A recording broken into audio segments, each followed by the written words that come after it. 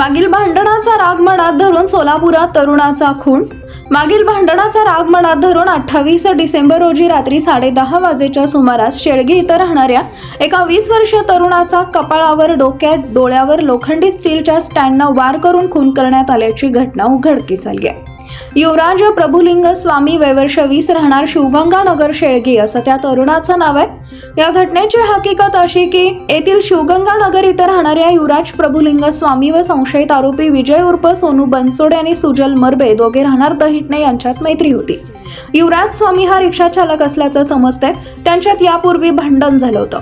घटनेच्या दिवशी या भांडणाचा राग मनात धरून 28 नोव्हेंबर रोजी रात्री 10:30 वाजेच्या सुमारास विजय बनसोडे व सुजल मरबे या दोघांनी युवराज यास मोटरसायकलवर बसवून रात्री 9च्या सुमारास शेळगीत दहिटणे रस्त्यावरील निर्मल डेव्हलपर्सच्या प्लॉटिंग होत असलेल्या मोकळ्या जागेत नेऊन युवराज स्वामी यास मारहाण केली। त्याच्या कपाळावर, डोक्यावर, डोळ्यावर गंभीर स्वरूपाचे वार केले।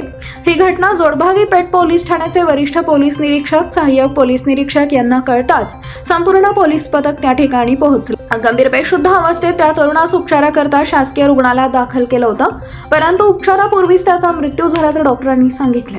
याबाबत त्याचा भाऊ नागेश प्रभुलिंग स्वामी वयवर्ष 18 यांनी जोडभावी पेठ पोलीस ठाण्यात विजय बनसोडे व सुजल मरबे या दोघांनी माझ्या भावाचा खून केल्याची फिर्याद जोडभावी पेठ पोलीस ठाण्यात दिलाय। दरम्यान जोडभावी पेठ पोलीस ठाण्याच्या पथकानं रातोरात कौशल्यपूर्ण तपास करून दोघा संशयित आरोपींना ताब्यात घेतलाय। पुढील तपास मंद्रुप पोलीस निरीक्षक शेख करत आहेत।